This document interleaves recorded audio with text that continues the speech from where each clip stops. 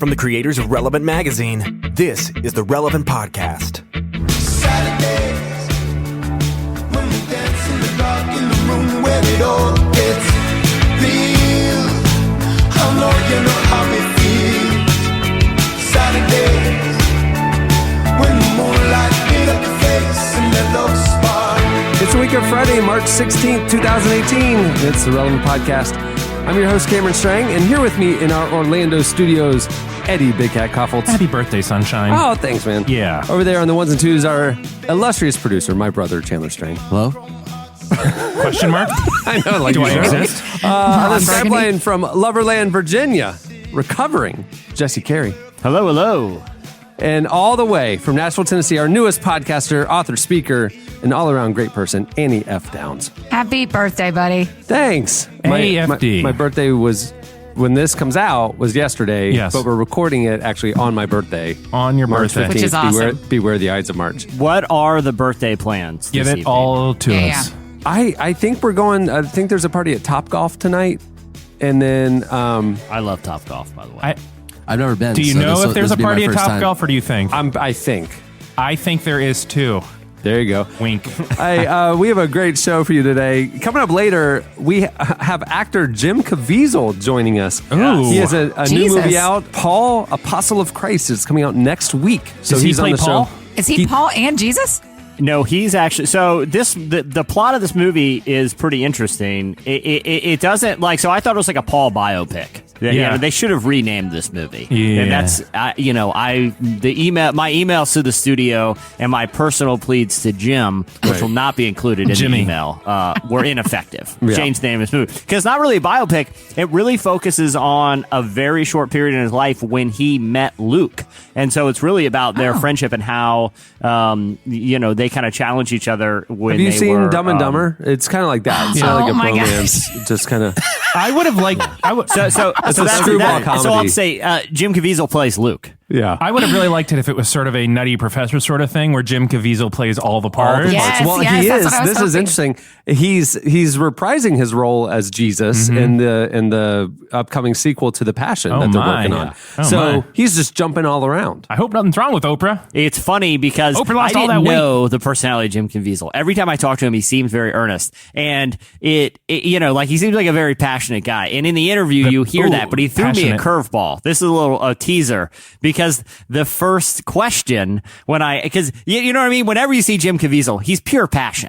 No pun intended. No pun intended there. But there's a reason the man plays Jesus. He's all business, and he gets emotional and passionate in this interview that you're going to hear. But he threw me off because my first question when I started talking to him was about how's it different preparing for like Luke than Jesus, and he just dryly says, and you'll hear it, that for preparing for the Passion, he spent a lot of time in his backyard trying to walk on water on his pool, and that I was not expected. That was not expected for heresy Yeah, right. to be Jim Caviezel's first answer. But good for him. Good for him. Good joke.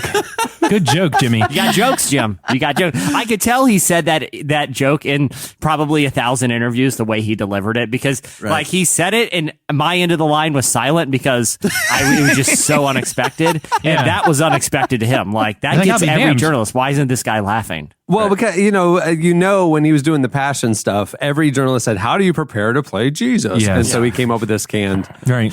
I think he hired a team of like comic writers and like they all submitted it. And then You that's think that's what what a he's got. team He's came like, up I'm going with, to take Jesse? a walk in a water. Knock on water. Yeah. Well, Jimmy's team isn't an A-list team. Yeah. We're not talking about Jimmy Fallon's team. We're talking about Jimmy Caviezel's team. Jimmy. That is not an A-list joke. I do like it when you hear interviews with famous people and they're talking about other famous people and they refer to their famous people. It's like Jimmy or whatever. Jimmy. Yeah. Like I always feel like that's such a I get it, Bob De Niro. Cool. Well, so it's like whenever you get an email from N.T. Wright, he always signs it Tom. Oh, I know. Yeah. I emailed him one time. That's the only experience I have where like Well- of somebody quote unquote famous like Tom, you know. That was my favorite thing that they did is all his series. They did the For Everyone series by N.T. Wright. Yeah. Then they did like a rebranding of it for like millennials. And Yeah. so then it was Tom the Wright. same exact content, but by Tom Wright. Yeah. With Really? like young people on the cover having coffee. You know, Like, just having I could be conversation. double Tommy selling all my Wright. books if I just changed my first name.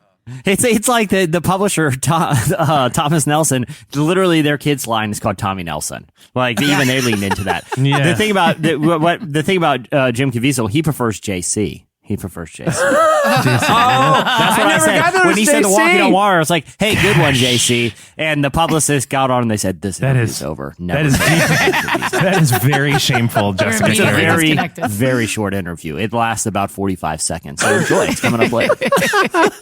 Also coming up, we just launched a new podcast, the Love and Money podcast. Yes. And the Love and Money crew comes on the show today. It's Rafa and Deb. Deb is written for Relevant. Deb Folletta, yeah. I like her And- articles. And they I have like her articles so a each lot. episode they have a guest. And this week, in this segment we're playing, it's our old friend John Acuff. Mr. John Acuff Oh, is joining. Jacob. Yeah, they'll come on and answer your questions, your love and money questions, which I know Chandler has a lot of them. Yeah, it's a great podcast. I'm really glad to be able to listen to it. You know? Oh, wow. wow. Nice pickup, Chandler. I had a dream last night, and it was an actual dream, and the dream was just a flash of me pushing play on my podcast player, and I was listening to Chandler's podcast. Wait. So you dream about listening to podcasts? Apparently, because today was like, new activist launch day, so I'm like in my head about Yeah. it. So, but last night's dream was sort of a work dream, except in this dream, I'm listening to Chandler's podcast.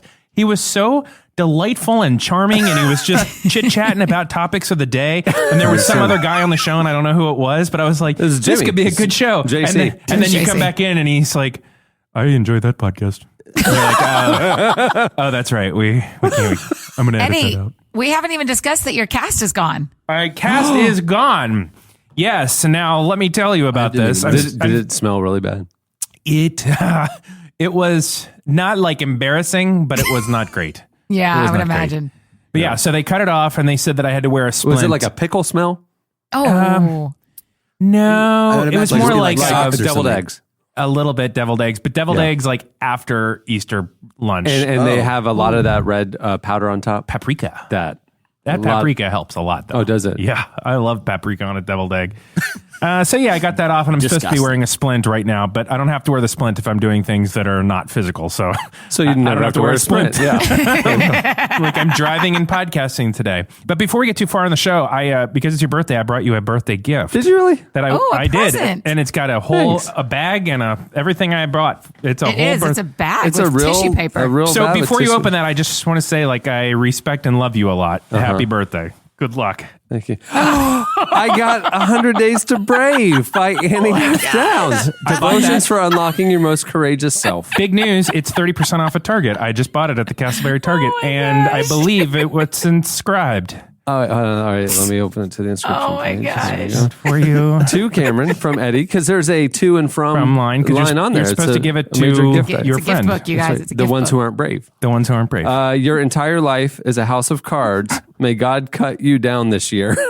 Happy birthday. Happy birthday, Big Cat. I love you, man. I got that for you. The gallows humor. You down The this gallows year. humor. Good Lord. That's a little thanks, savage man. for a B-Day. Yeah. Anyhow, that's from I me wish and Annie. pastors would actually sign messages like that to people. You know? Yeah.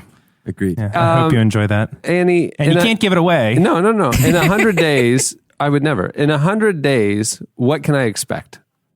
Cameron, in 100 days, if you read 100 Days to Brave every day, you will be braver. And you'll probably eat more vegetables because I talk about eating vegetables in there. Do you eat a lot of vegetables? Yeah.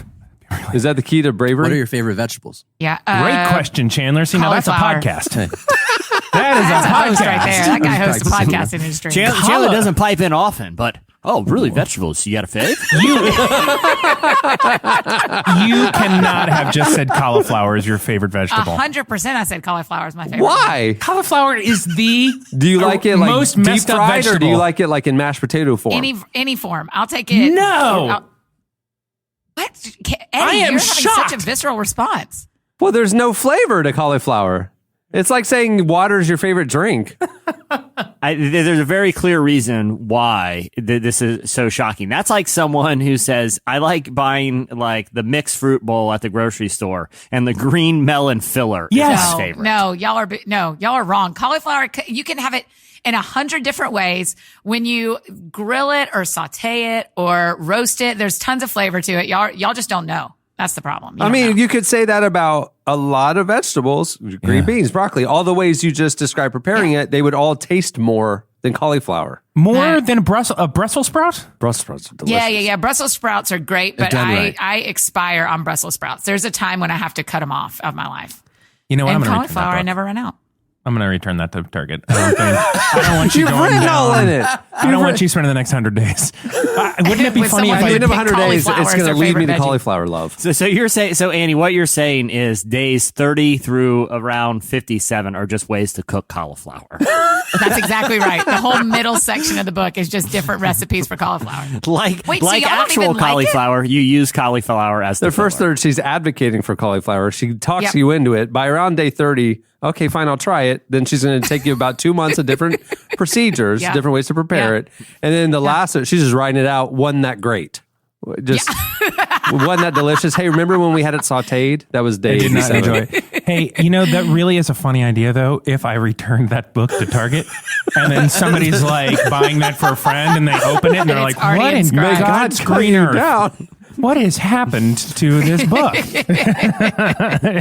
Hey, before we move the show along, in case you missed it, Yeah. there's one bit of update I want to give one of our amazing listeners. When Annie joined the show, she instructed us very strongly. Intense. I must be known only as Annie F. Downs. No. Why? Because Annie Downs is a famous quilter from Australia.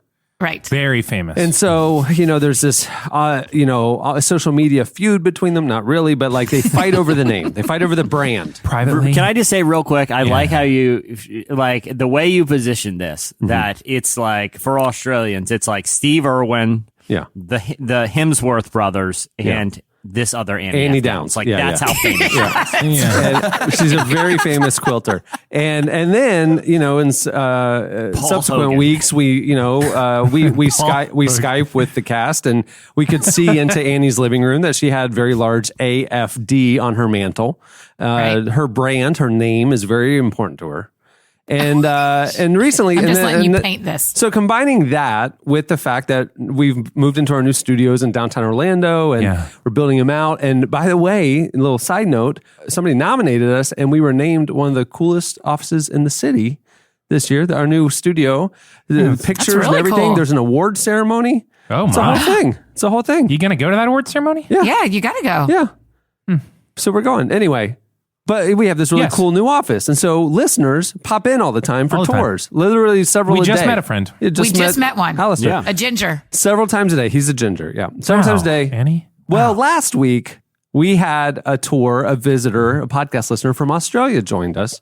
Right. Brian. Oh, and he came through hey. and brought a gift for Miss Annie F. Downs, a framed, quilted AFD from Annie Downs. Like Literally. the No. Australian Annie Downs. Yes. That It's is her an fabric. AFD No framed, way. quilted. There you go. And so Isn't that Brian, amazing? Brian Yeah, I brought gotta- it I gotta to see this. Annie, and we are going to send it up to him. It's Brian Garcia.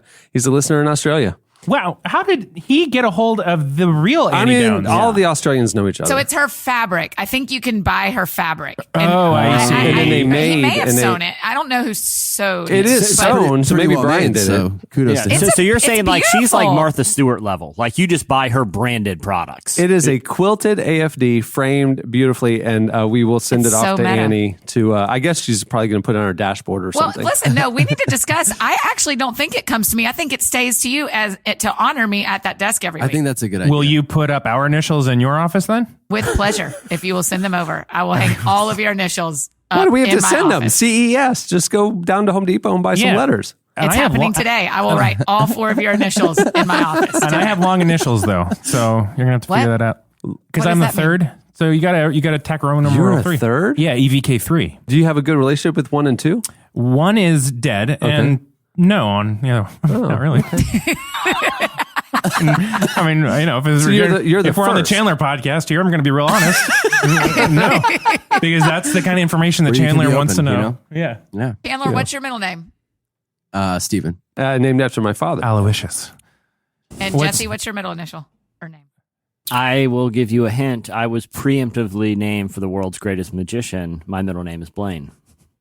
No, Explain that trick. Jesse, there's no way that's true. That's not true. What's your Is middle that name? real? I No, swear it's to true. you, Yeah. Cameron has Jesse bought Blaine. plane tickets for me and needed my Yeah. middle name. I And know it. Is it not? Is it not Blaine? On Ethiopia. Your middle name is Blaine? So here's the thing. That is your whole life. It was like if your parents had named you Jeeves. Like, of You had course no you're going to grow choice. up to be a waiter. Jesse's whole life is one off. So his middle name should have been his first name. Yep. His birthday is April 2nd. It's just everything about Jesse's Just slightly, just slide it over one slot. Just a little weird, just a little off. Like people when they meet me, they're like, "Nice guy." Little Funny, off, Cameron. little off. One off. So anyway, I wanted to say thank you to Brian. Got this beautiful AFD now for the studio. That's awesome. And over the years, our listeners have been amazing and sent us, presents and stuff. We and got ketchup Lay's one time. That was incredible. That's true. We are finishing the build out of this Lay's. studio, Yes. and there will be a special wall of honor for all of these gifts. So Yes, that needs to stay down there with y'all. all right, Oh, we're well. moving so long. Big It's time birthday. for our weekly look back on what happened in culture and entertainment. It's time for. In case you missed it. In case you missed it, I was at South by Southwest this week. Cool. Actually, I forgot to mention that. Jesse and I go every year to music festivals and South by Southwest. Jesse couldn't go this year; he had to stay home, so I went with some of the other crew from Relevant, and it was good. It was amazing. It was the first time I really spent more time in the interactive and film part of it than the music part of it. Oh, neat. Yeah, like I'd always been there come? only for the music part, Yeah. and then we went a little bit earlier, a few days earlier. I was able to see. Oh, I saw the debut screening of a new show coming out by Jordan Peele. It's starring Tracy Morgan. It's called The Last OG. Oh, yeah. It's coming on TBS, and the premise is that Tracy was like a hustler in Brooklyn and got arrested, goes away for 15 years, and he comes back to the old neighborhood. It's all gentrified and that's hipsters and junk hilarious. like that. Hilarious premise. He Yeah. kills it. Cedric the Entertainer's in it, and Tiffany Haddish. Oof. It's her moment Those are right really now. three people that you're just like, go do whatever. You go do whatever. Yeah, and here's the right. thing: it was shot like a movie, like cinematically, Yeah. almost like The Wire. Yeah. But it's like a no laugh track comedy. It's like, and so they screened That's it. great. It was amazing. Yeah, I'm looking it's forward to amazing. that. We saw the first 2 episodes there, and then Tracy and Tiffany and the director and all that were there and did a wow. Q&A, and it was really great. That was like the What's highlight it going to for me. be on, Cameron? What's channel? Or TBS at 10:30. TBS? Late night. Yeah, so that's 22 on your dial, your Nashville dial. You got to Okay. get up and turn the dial to 22. Sit down. The old light a- country bumpkin jokes, eh? Yeah. I like it. Oh, jeez. Yeah, TBS at 10:30. That's gonna be fun. Pour And yourself a Kool-Aid. At 10:35, right? Isn't that how TBS works? And I saw some cool right. bands that we like. Saw Miguel and Shanae Aiko. I saw Porches. I saw Wyoke. I saw Brought up to Cashmere. Bully. I didn't see Brought Up to Cashmere. Corn. But Burlap to Prop performed. Prop was there. Derek Miners, several Christian artists that were there. It was really cool. It was a good Neat. week. Yeah. Anyway, well, in case you missed it, this week Matt Damon and Ben Affleck's production company announced they're going to start using inclusion writers. Inclusion writers jumped to the forefront of the cultural conversation with Frances McDormand's comment promoting them at the Oscars earlier this month. And now Ben Affleck and Matt Damon have announced that their joint production company, Pearl Street, has announced it'll be using them in every future production. So an inclusion writer is a contract clause where an actor can stipulate that they won't work on a project if the project doesn't meet certain standards of representation, both in front of and behind the camera. Diversity, gender equality.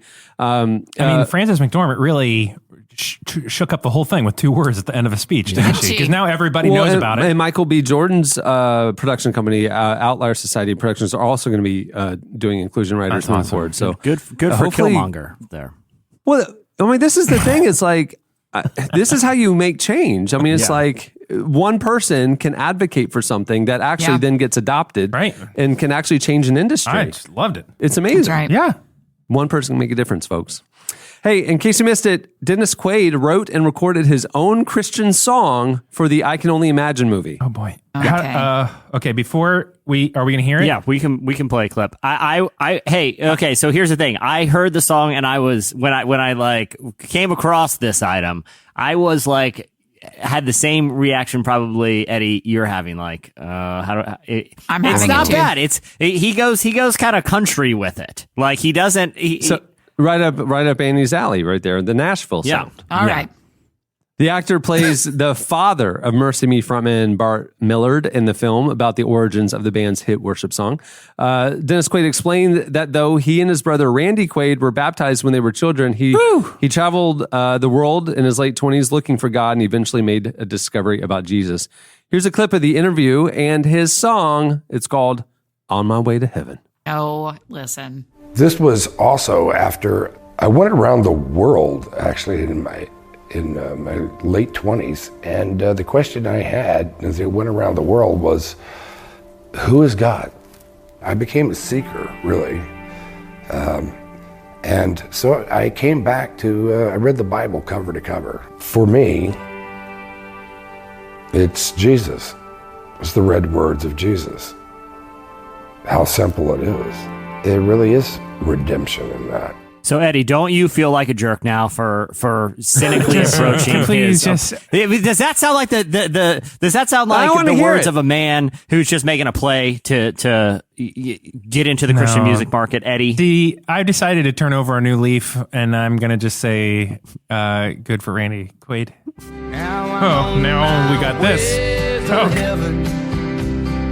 On my way to heaven. Okay. So this is him singing? Yeah. It is. To heaven, so I can't be staying. Like He likes some Tom Petty. Eddie, That is not what I the expected. expression on your face is impossible to read right now. Well, I mean, not for podcasters. He's more into they show can't tunes. hear anything. So I'm just trying to get through this moment and get to something else before I end up saying But Cameron, something. imagine if there was hey, a big choreographed number and like it was in the middle of some sort of play that they would break out into that song. You would like it. When you hear his voice, don't you feel like he has really strong hands? I feel like this guy is like ripped. I mean, that's how, as he just looks like that. Like he just seems Like he just built a fence. I mean, he's got He a real just deep built a voice, fence. you know? Yeah. He built a fence and when came he says, in. And when he poured says, some I'm going to lemonade. record a song. Yeah. When he says, I'm going to record a song, well, laid some brick, built a wall. Great. You go record a song. But of I'm not course, gonna- his path to finding Jesus was, well, I traveled around the world seeking God. And I came back. And then I read Bible that. Those red words. I read the red letters. You know, it's like, of course, that's how Dennis Quaid finds Jesus. He goes on an epic journey, with a guitar, with an acoustic guitar slung over his shoulder, just searching Right, for right. God out there. Good for him, man. was Good for somewhere. you. Good for you, Dennis. It was somewhere in Middle Siberia when it hit me. I was crossing the Appalachian when I came across a dusty Bible strewn across the path. I didn't read it then. I came back later. It's Jesus. Landed on Jesus. Desert alone for 40 days. I realized. I was stringing barbed wire across the plains of Montana for my ranch. And watching channel 22, PBS, 935. I was sleeping in the bed of a 1940s F-150 under the stars one night, and this song came to me. It was Jesus all along. Jesus, that's the one. Came out on the Jesus side. So here we go. On my way to heaven. 1, 2, 3, 4, kick it. 1, 2, 3. Yeah. All right. In case you missed it, A Wrinkle in Time screenwriter says they intentionally left out the Christian references from the movie. I mean, not surprising. But though Madeline Surprising to Engel, Dennis Quaid. who wrote the novel the film was based on herself, was a devout Christian, screenwriter Jennifer Lee essentially said that they wanted to make the film more inclusive to appeal to viewers of different beliefs. She explained to Uprocks why references to Jesus in the Bible were cut from the movie. One of the reasons Madeline Engel's book had that strong Christian element to it wasn't just because she was a Christian, she said, but because she was frustrated with things that needed to be said to her in the world. And she wasn't finding a way to say it. And she wanted to stay true to her faith. And that makes no sense. In a good way, I think there are a lot of elements of what she wrote that we have processed or that we have progressed as a society, and we can move on to other elements. She said they instead tried to focus on, quote, universal and timeless elements of the story, though Lingle saw those themes through her lens, which was Christianity. Quote, everyone has a different lens. That's what inclusiveness is to me in this film. Really looking at all of us have a role to play in this, no matter where we come from or what we look like. So, Annie, if you have something, Annie, why don't you say it? Because I feel like Jesse and I are not even close to done with Dennis Quaid jokes. So why don't you comment on this and then we'll continue on? I wonder what Dennis Quaid has to say about that. You know what I'm saying? Watering down the gospel. I read every red letter in Wrinkle in Time. I was walking along. So there I was, four-wheeling through Baja with a wrinkle in time in my back pocket. And I called Oprah. Hey, in case you missed it, Shia LaBeouf this week said that a fellow actor with Down syndrome actually helped him see God.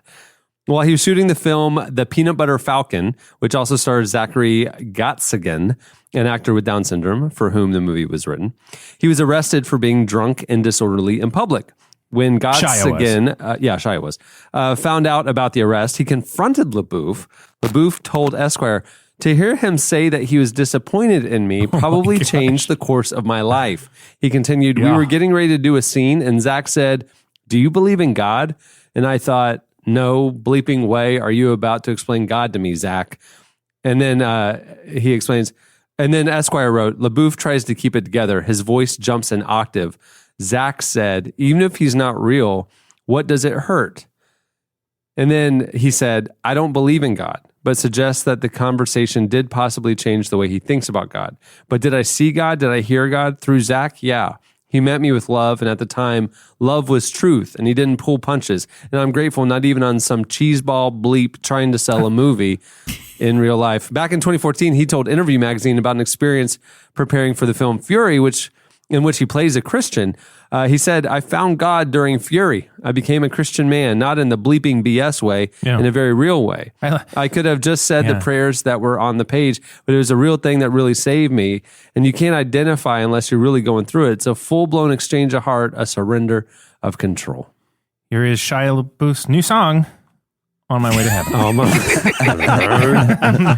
want to hear more lyrics to On the Way to Heaven. There's got to be more to it than just There that. is. Right? I listened to the whole song. It's great. Hey, Chandler, tell you what, in the transition, can I make a request? Between segments, can we play some more of On My Way to Heaven? I don't want to. Hey, listen, I don't want to lose the listeners, man. It'll be in the track list, and it'll be weird. But aren't people curious about the verse? Because I think we're good. It's pretty good. I'm very curious about the verse because the chorus does not have me. I would be glad to yield my slice time. I'll yield my slice time for another verse. Maybe Jesse can just yield one of his slices. Ooh, Annie Byrne. Jesse always brings a twofer. Well played. And lastly, hey, Mark Wahlberg this week, in case you missed it, Mark Wahlberg explained how God changed his life after he went to jail. Lots of actors and what they think about God this week. Yeah, everybody's into God. It's so hot right now. That God, he's so hot right now. So hot right now. How much would you guys pay to see what's it called, like a trio, not like a quartet when there's three singers? Is there a name for that? A trio. I don't care. A trio. Whatever. You're right. Like Mark Wahlberg, whatever. It's a Shia trio. LaBeouf, Dennis Quaid walk out all with acoustic guitars, and it's like a rousing version of course.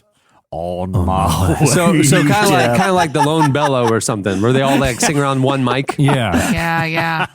And one of them has like a kick drum, just kicking away. They're all wearing suspenders. And Wahlburger shirts. Oh, yeah, for sure. As you know, it's pretty famous. As a teenager, Mark Wahlberg found himself in and out of jail. Yes. And at one point was even charged with attempted murder. He later pled guilty to assault. Yeah. He also battled a serious substance addiction.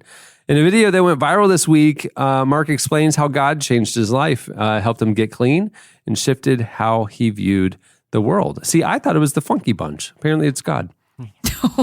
You took it. I was just waiting. You Chandler, had it. It was yours Chandler, to have. play the clip.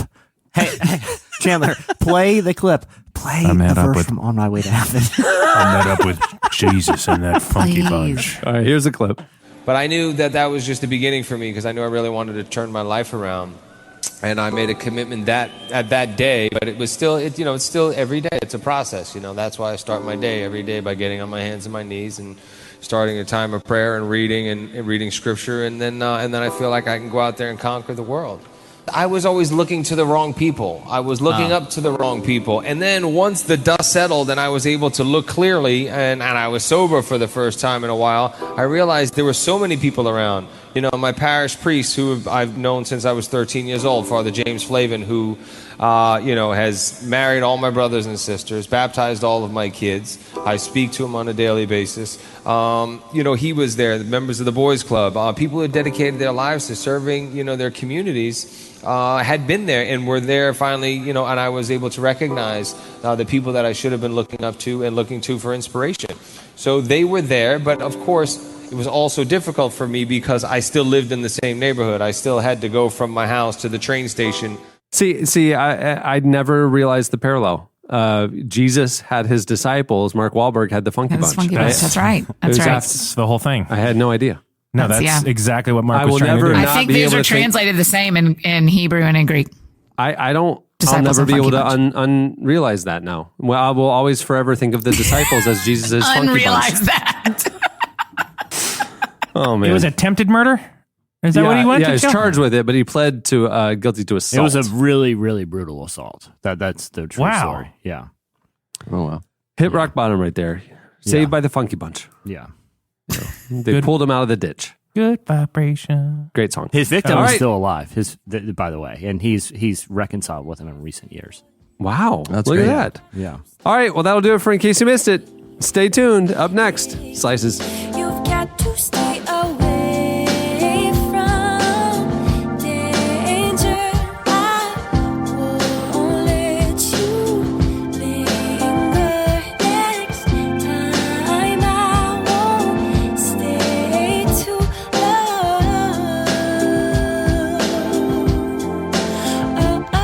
Oh. You're listening to Sarah Bradley. The song is Oh from her new For the Kill EP. At the beginning of the podcast, you're a twin shadow with Saturdays featuring a little band known as Haim. Well, this week's episode is brought to you by Squarespace. Yes. Whether you need a landing page, a beautiful gallery, a professional blog, or an online store, it's all included with your Squarespace website. Creating a site with Squarespace is so easy. It's simple and intuitive.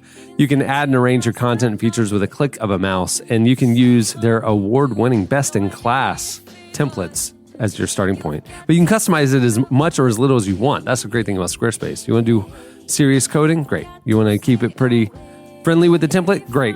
And there's no plugins. It's simple, beautiful. I love it. And really robust commerce options as well if you want to do a store and sell some tchotchkes or knickknacks or quilted letters or something. Or animal experiences, as Nora Livingston did. So we had people Have you send found some good websites, Eddie? I did. A lot of Some people good sent us, Squarespacers? because I said last week, hey, if you ever made us, because I always wonder, we like send these podcasts into the world and they're like, well, who actually?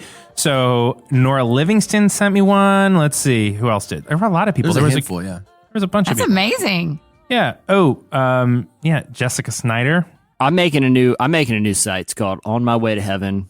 .biz and it's it's just a playlist. It's just me breaking down. It's me covering Dennis Quaid's On My Way to Heaven. There was a coach that did one for his football team, but it was like cool because people straight up, there were like whole businesses that were started because of it, or it was just like our football team needs one and someone to make one. But it was like really amazing. Right now, Squarespace is offering Relevant Podcast listeners a very special deal. You can sign up for your free trial today at squarespace.com and then enter offer code RELEVANT to get 10% off your first purchase. I have used it. Yes. It really works. Yes, I have as well. And thanks for sending me your websites. Sorry I didn't mention them all. It seemed to get very boring when I was just reading websites online.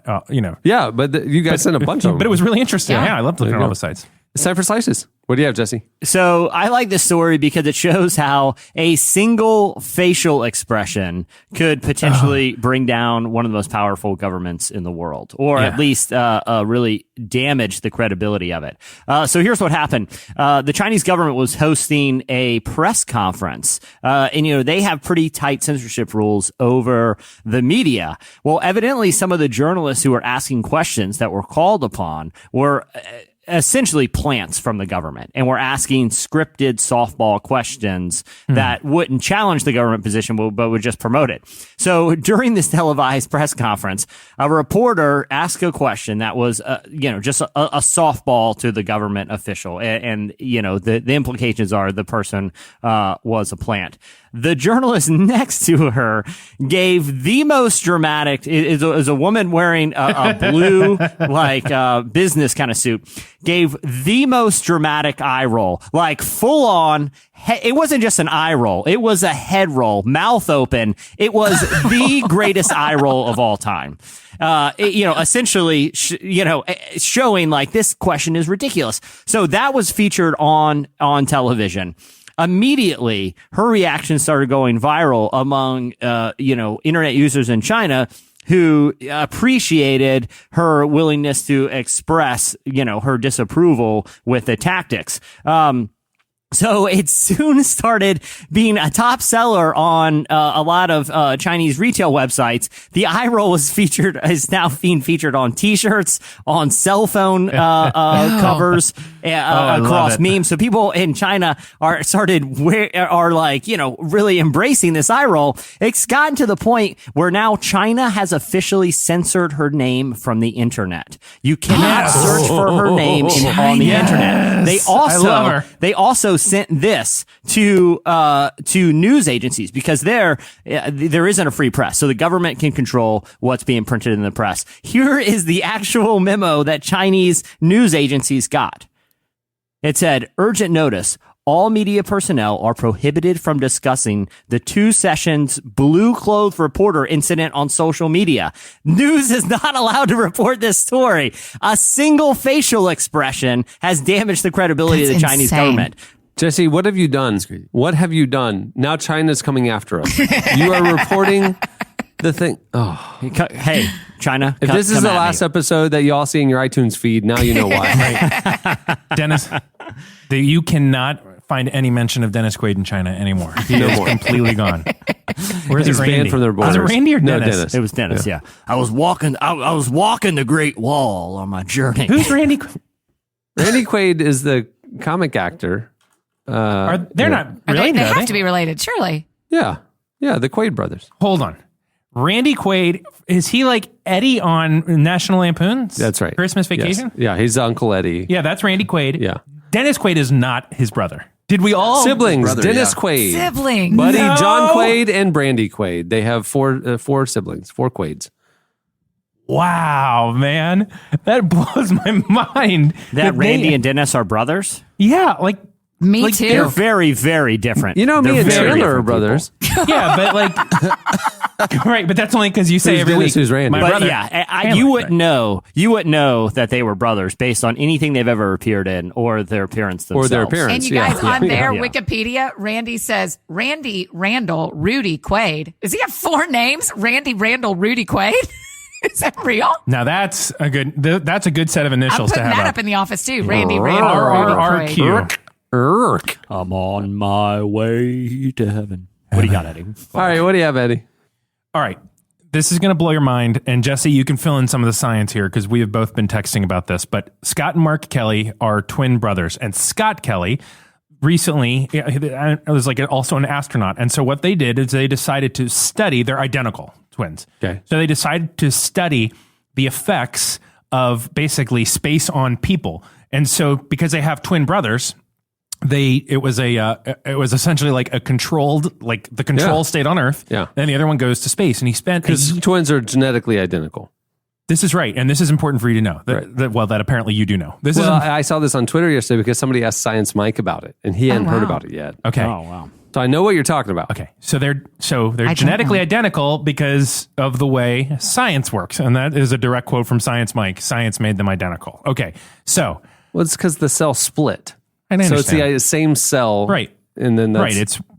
It's one egg, fertilized egg that splits, and now we got 2 of the same exact thing. yeah, So exact same. We got 2 people, exactly the same, Okay. One makeup. same genetics. So, Eddie, you could have just said we have identical twins. I know, but The nature of their DNA is literally the adjective for what kind of twins they are. I'm setting up the drama here. I can feel Yeah, Annie you leaning really in. are. You're really So- stretching it. So yeah, because it's really only Okay, so you got this. They're identical. They're identical. So they send identical twin Scott to space. He spends a year in the space station. They come back, and now they've got somebody that's been in space for a year. Somebody that's not been in space Scott for a year. Kelly. That's Scott Kelly. Yes. When the astronaut. Oh, okay. Yeah. So yeah. they start to do all the tests. Yeah. Not much changed Okay. except for 7% of his DNA. What? 7% of his DNA is different now than his brothers. So they are no longer considered identical twins. So space literally reformed his DNA. Right. And they are right now, they're calling it, what's the word that they keep calling it? They keep calling it like space DNA. They're just saying like there I like how were long it took you to think that up. What are they calling it? What is it that's again? what they- Oh, yeah, space. There's a DNA. real scientific name. What is it? What it? Space because I'm DNA? looking for a satisfying answer in this story, and they're basically just like, stuff happens in space, and we're trying to figure it out. And so basically, your DNA is full of switches. Like, basically, this does happen, this doesn't happen. Well, in space, 7% of his switches switched. And now his DNA is different than his brothers. They're no longer considered identical twins, even though they still look the same. But they're trying to figure out, like generally in a person's life, your DNA doesn't change. It's just the thing you're born with, and it only changes slowly over time. You could say you evolve, but let's not say that because Dennis Quaid might be listening, right? Right. So, I promise he's quit if he started listening. He's out by now. yeah. So they're trying to figure out what it is. The only thing that they can possibly attribute at this point is maybe it's the trauma of space travel. Like, it's just you get so freaked out and scared that there's some sort of primal survival instinct over that year. They get switched, and now those different instinctual pieces of his DNA switch, but they really have absolutely nothing satisfying other than like we have seen someone fully evolve as a human in a year because he was in space. How nuts is that? That's pretty nuts. Jesse, what do you want to say about this? No, I just think it's super fascinating and weird just because, like you said, they don't know what property about space transforms someone's DNA. Like, it's Well, not like... it'd have to be the lack of gravity. I mean, They're calling it space genes. That's Maybe it's what they're breathing. I mean, because he's in the spaceship the whole time, right? It's not like he's going to restaurants on Mars and having a different experience. That's what's so weird is that it's something about space itself that we don't understand or fully grasp, that has the ability to morph human DNA just by being present in it for an extended amount of time. So that's why aliens look weird. That's what I'm saying. That's it. Yeah. They all started looking like us. Yep. And they spent a couple years in They start space. out in the image of God too, but they're hanging out in other planets, and then they turn into looking like an egg. Dude, I'm on my way to heaven. On my way to heaven. Yeah, they're saying that possibly it was like exposure to radiation, calorie restriction, but see, that stuff can happen on Earth if they just put him on two different sides of the Earth for a year. right, which is crazy I was because at South by Southwest for 4 days. Feel a little Right. different. a little different. We need to check your DNA. We totally need to check your DNA. All of a sudden, you're really into cauliflower. You didn't before, and now you love it. But it's such a strange thing because they've done, of course, a bunch of tests with humans on Earth, and the DNA doesn't change. There's just something like really, and I'm not trying to fear monger or like create like conspiracy theories, but there is just something exceptionally weird about the fact that someone's like the core of their what creates them as human. I mean, I know it's God, but like, come on. But like their DNA has been altered because of a year in space. That just completely blows my mind. Yeah. I think that's unexpected. Oh yeah, the articles are basically every article I read on it because I keep looking for Everybody's what's this unexpected. what's the kind of satisfying punchline to this? You know, like we expected it because actually every article kind of ends with like crazy, right? Here's my conspiracy theory. What if Scott in space isn't the one who changed, but the one here is the one who changed? No, because they didn't. Oh, I understand why that doesn't work because they did it before and after. Yeah, they did it before and tested after his of Scott. genes all on. right. Oh. Well, that's why I stick with math and not science. That's how quickly I can She get into a sticks to bravery conspiracy and theory. cauliflower. That's why I stick with That's how bravery and quickly. cauliflower. I was immediately on board though. I'm like, But it was yes. cool. I mean, I love conspiracy theories. We've never gone into boy. this, how much I love conspiracy theories. Oh, so I'll no. always try to think of one. Jesse literally lives in the dark web where Annie, we we've could discussed talk it. for a long time. I am well versed in the world of conspiracy theory, and actually, I wanted to bring up related to this, Eddie. Related to this, I don't know if you saw this week that this past week a new video was released from a group that was founded by former Blink-182 guitarist Tom DeLonge.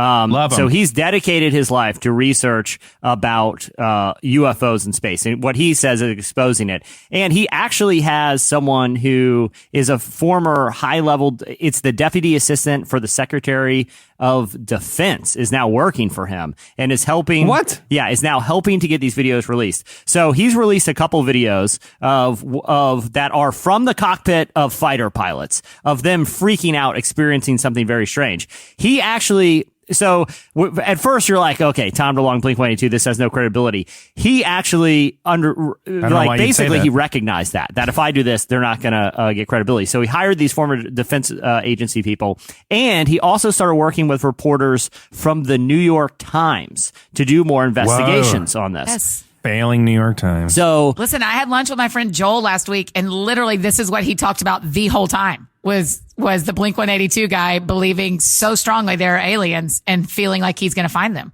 Okay, so here's the thing. A long story short, you can I've done such a deep dive into this. I could do a whole hour on this, but so the New York Times started investigating with their skeptical journalism hats on and found a lot of dark money in the Defense Department budget. So that's like off the books money. They did some research and they found that it was being used to fund an organization called Bigelow Aerospace, which is a private organization. And the founder is a mad billionaire who is obsessed with UFOs too. This is being funded by the U.S. government. Dude. So this is from the New York Times story. Okay, granted, look, this isn't the National Enquirer. This is New York Times.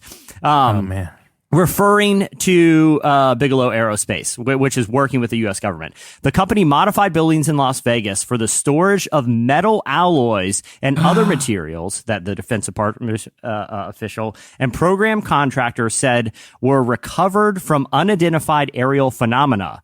In addition, researchers also studied people who said they had experienced physical effects from encounters with the objects and examined them for physiological changes. So they found weird metals that people that were working for the government picked up, and their bodies changed. It is. Whoa. Man, that's in the New York Times. Isn't that insane? There's so much we don't know. You know what we need to do? We need to start a space force because we have the Air Force, right? We need to start a space force just to get real out there. I mean, I hear you. And have people sign up if they're really willing to risk their DNA changing. Make sure they know what they're signing up for. If I could pick which 7% would change, like I would probably be like a better runner if there's a switch for that. I don't know that you get to upgrade your 7%, do you? I don't know, but I would like my voice. I don't want my beautiful voice to change because I have a beautiful speaking and singing voice. I would want my voice to be tweaked to the melodic tone, to be able to carry the melodic tones of one Dennis Quaid. I would like a baritone. All right. What do you have, Annie? Welcome. Okay, I first of all have to give cred where cred's due here. Eddie sent me this slice knowing me and knowing my heart how much I would absolutely love this slice. And so I backburnered mine, and this is the right one. So this woman named Sid, and I don't know if y'all do this. Women do this all the time. She took a picture of herself in a dress to send to a friend to see if the dress looked right. Like, is this the right outfit I should wear? I mean, you cannot know how many times I do that on the regular. It is true. So she sends a picture of herself seeking advice, and she accidentally sent it to the wrong number. She sends it to this dad who has like 5 kids, and he sends a picture back of all the kids giving a thumbs up. And he says, I believe this message was intended for someone else. My wife isn't home, so I couldn't get her opinion, but the kids and I think you look stunning in your dress. You should definitely go with that one, which is so sweet. So sweet. I love it. So that could have gone real south real fast, and it just was beautiful. It's so sweet. Okay, so listen to this. Here's the second part that I think is unbelievable. So she puts it on Twitter, or a friend of hers puts it on Twitter, and it kind of goes viral. Y'all may have seen it. It kind of goes viral, and they find out that the reason the mom isn't home is because there's a 6th kid who's in the hospital. And they have a GoFundMe page that they have been trying to raise money to help take care of this sick kid. He's sick with leukemia. Yeah, with leukemia. That's right. That child is very sick. Yeah, the kid's really sick. And so when the post goes viral, people find out about the GoFundMe page, and now they've raised like 4 times the amount of money they need because all these people who saw this dad and his kids be sweet to this woman about her dress have given tons of money. It's so sweet. That's all. Isn't it just like it's just perfect. It's perfect. It's a perfect story. Yeah. I just absolutely loved it. I love that the dad wasn't creepy. I love that he got the kids involved and just was like reaffirming and reassuring. I think that's so nice. Yeah. Listen, you guys know that I'm mostly the darkest hearted person on this show. No, you are not. You play that role. You are one of the sweetest, most genuine, caring people I in agree. real life. I am an angel, but I will say I very rarely over spiritualize things. But this was one of those things where you're like, what are the chances that this woman sent a picture to the wrong number on accident, and it happened to be the people who needed a viral moment in their life to raise money for their kid with leukemia? Right. You're like, come on, Dennis Quaid. Yeah. Dennis Quaid, write a song about that. I might listen to it. Oh yeah. On my way. Dennis I Quaid. think it's a good reminder. If you get a text with the wrong phone number, you don't just have to be mean or ignore or try to be funny. Just be sweet. I got a text yesterday that was like, Eddie, and it was like something just like, hey man, great seeing you. Love to catch up. I'm like, and I reply, I'm like, absolutely. I was like, I have no idea. Really? I don't know why phones don't just send your, like, you can't make it an option to just send your name. Like, when I call somebody, I can have the option to just have like it send. caller ID used It to does. do It caller back in the ID. day. So why don't we caller ID text message? That's a brilliant question, Eddie. Like, there it is. Like, do you want to send this person your contact? Yes, I do. And so it's done. It's just saved into their phone. It should just be a seamless transfer of information. Well, I don't. No. I don't want people to have the ability to save themselves into my phone. That's invasive. No, but I'm saying a much easier way of but just their like, name would show up with the text. like a caller and ID. stuff. Yeah, I agree with that. Yeah. The name and the number if you don't have the number saved. there would be an optional way to do it, but it just feels like a thing that I shouldn't have to like, are we really punching in these numbers? I ran to a rapper at South by, shared numbers, but then I had to send him my contact card. Right. So it's everything's a thing. It's a good sentence, Cameron. I ran into a rapper at South by. Yeah. We exchanged numbers. I have a weird life. He's trying to get into another video. That's true. He's looking for the right I'm trying to make my opportunity for the rounds. follow-up. All the Christian rappers need to have a Cameron cameo in the back. Do you save like little notes about the person though? Like, because it'll be like Jessica, blah blah blah's assistant. 100% I do. I mean, when y'all were single, did y'all? I mean, there is some like codes like that you can use in your phone when you give your number away of like, this is a bad idea. Or when I was single, I don't think there was text messaging. So you give your number away to that many guys? Oh, burned. Yeah, That was an I guess so. I mean, but good ideas turn to bad ideas, right? Like good ideas at the start, I can change his name from his name to this is a bad idea. So every time I Robbie, go to stay text, away. I have to type in, this is a bad idea. I shouldn't do this. That's Annie's move. She just like continues like one digit at a time all day long. David, no thanks. Do you like this dress? Question mark. Picture. Next digit. Yeah. 05. Do you like this dress? Question mark. 06. Do you like this dress? Question mark. And then the guys who write back, yes. What I are you save up to? it. It's a good idea. Hey, what you doing right now? Cool. I say, what's your name? Yeah. What's your name? You seem nice. Yeah. All right, that'll do it for Slices. Do you have a Kickstarter? Stay tuned. Up next, Jim Caviezel, JC. joins Jimmy us. K. You keep choosing the wild road.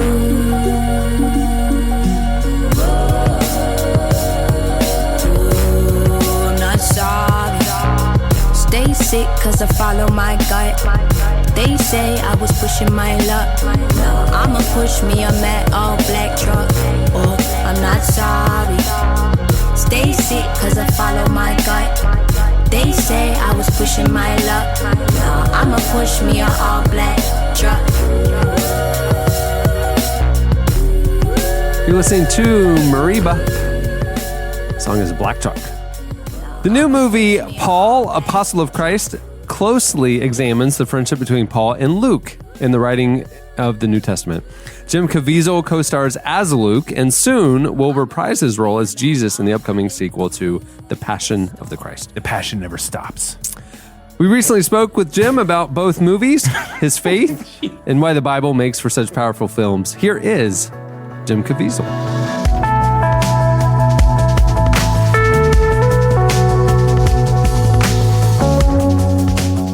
This is such a cool and interesting project. I was wondering, how did you prepare to play Luke? Well, in The Passion of the Christ, of course, I walked on my pool twice a day. This one, it was a little bit easier. I was going to say, I mean, it's got to be interesting going from playing Jesus to playing Luke. I mean, you have such an interesting perspective on what, what it's like to inhabit a Bible story. How was it different playing the two characters for you personally? Obviously, different cast, different director. The director, Mel Gibson, is, he's above and beyond anything I've ever worked with before. And we did it in 3 dead languages. And so, this one was obviously my own tongue. I actually, when it came to me, I didn't really jump at it at first. One of my best friends, Frank Stewart, my lawyer of 21 years, was dying. And he and I went to Auschwitz and just happened to come upon just the hauntingness of what that experience is like. You feel, I was at the place where Maximilian Kolbe was executed by the Nazis and 3 million others. And there, you feel it's a holy ground. And you feel it go through you. So that's the first part of experiencing the life of the martyrs. And that was my connection to Paul and Luke and to the many Christians who were martyred during the reign of terror under Nero. But at that point, I wasn't thinking about it. I came back to Los Angeles, and Frank died 2 weeks later. After that, there's a mourning period, and then the producer called me, David Zelon, and asked me to revisit it. I read it, and immediately I was thinking about that connection right there. In my character, Luke, he's a pagan. People have often talked about Saul's conversion to Paul, and how brutal he was. But this guy was just a pagan. He had, money, he was a doctor, but yet he was missing something. He could have whatever he wanted, but he was missing something. And in the film, the hook for me was when Luke, he said, when I saw you, I never met Christ in person, but the moment I heard you preach, I saw Christ in you. I said, okay, that got me right there. And so this is coming from a place where, here's a guy that has no faith, but he's still a human, and he's looking for meaning. He's looking for purpose. And so materialism was thrown out the window, and he went on a mission of adventure with Christ forever. For people who may not know the relationship between Luke and Paul, can you explain what that relationship was and why it makes for such a compelling subject of a film? I mean, for those that don't know, obviously Luke wrote the Acts of the Apostles, a great part of, he was in the room in the Mamertine prison when he was writing down under the emperor Nero, who was massacring Christians, and at the great risk of his life, he's down there doing this. And he's not on his mission, he's on Christ's mission, this mission of obviously spreading the word of love to the world. My connection came from the loss of a friend, a best friend, who was my mentor. He was Paul.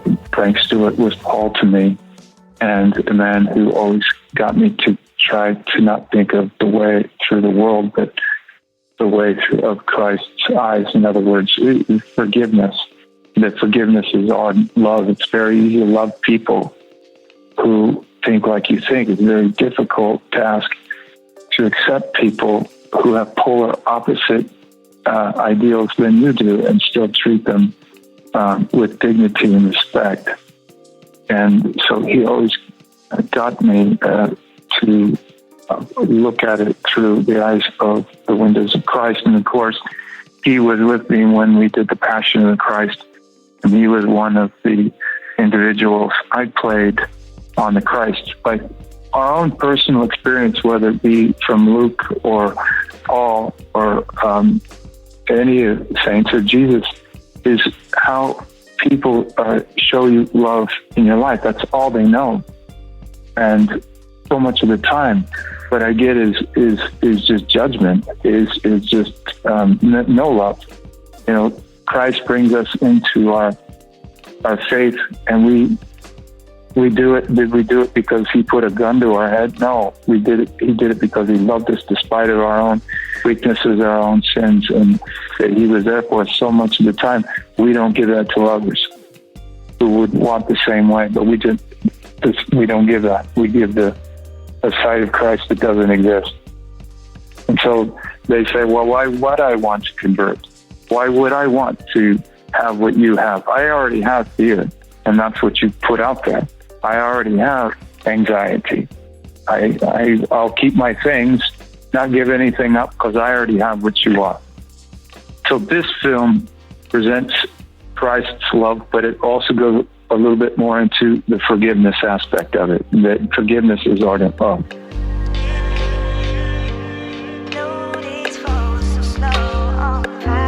That was Jim Caviezel. Make sure to check out Paul, Apostle of Christ when it hits theaters next week. Are you ready? Are you ready?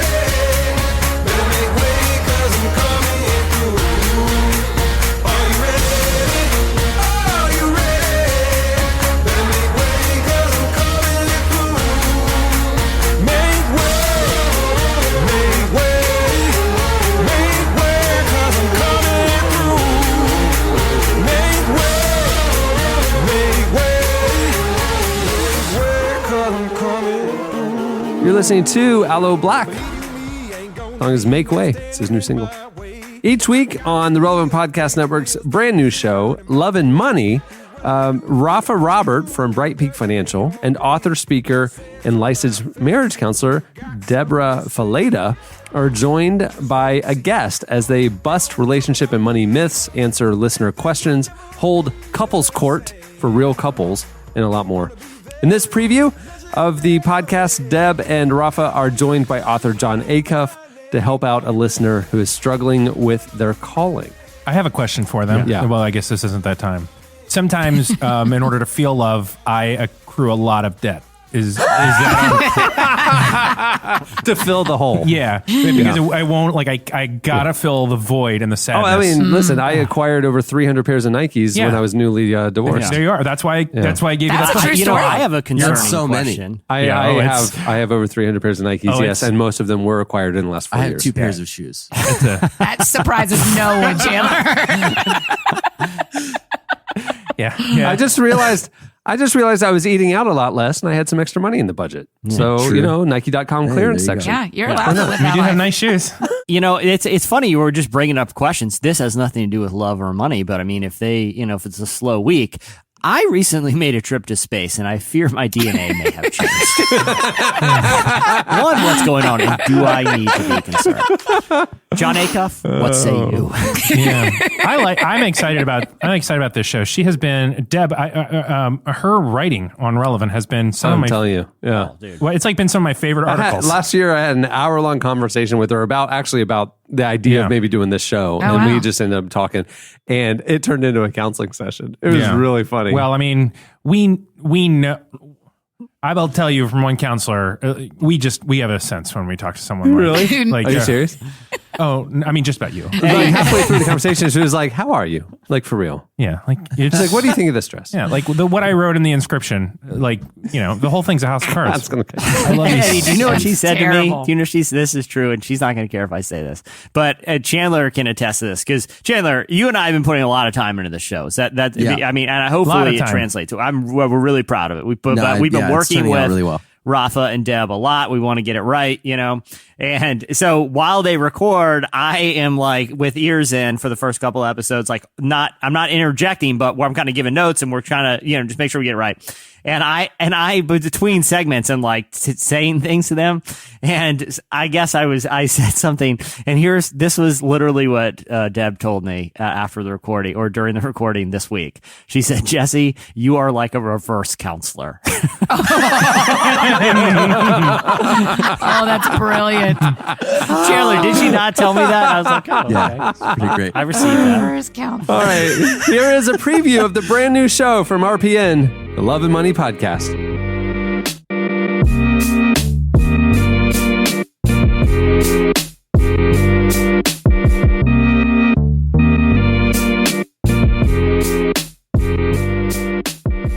All right, well, now we're going to do a segment we call Bust a Myth. So every week we're asking our guests to bring something in, a myth or something that people hold as a truth, and then we get to talk about it and decide whether we actually think it's true.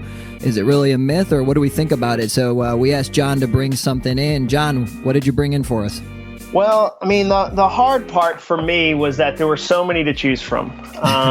Because the easy thing is to say, well, there's a myth about money, and here's the first one I think of. I kind of went through my long list. Unfortunately, I would argue there are a ton of myths about money.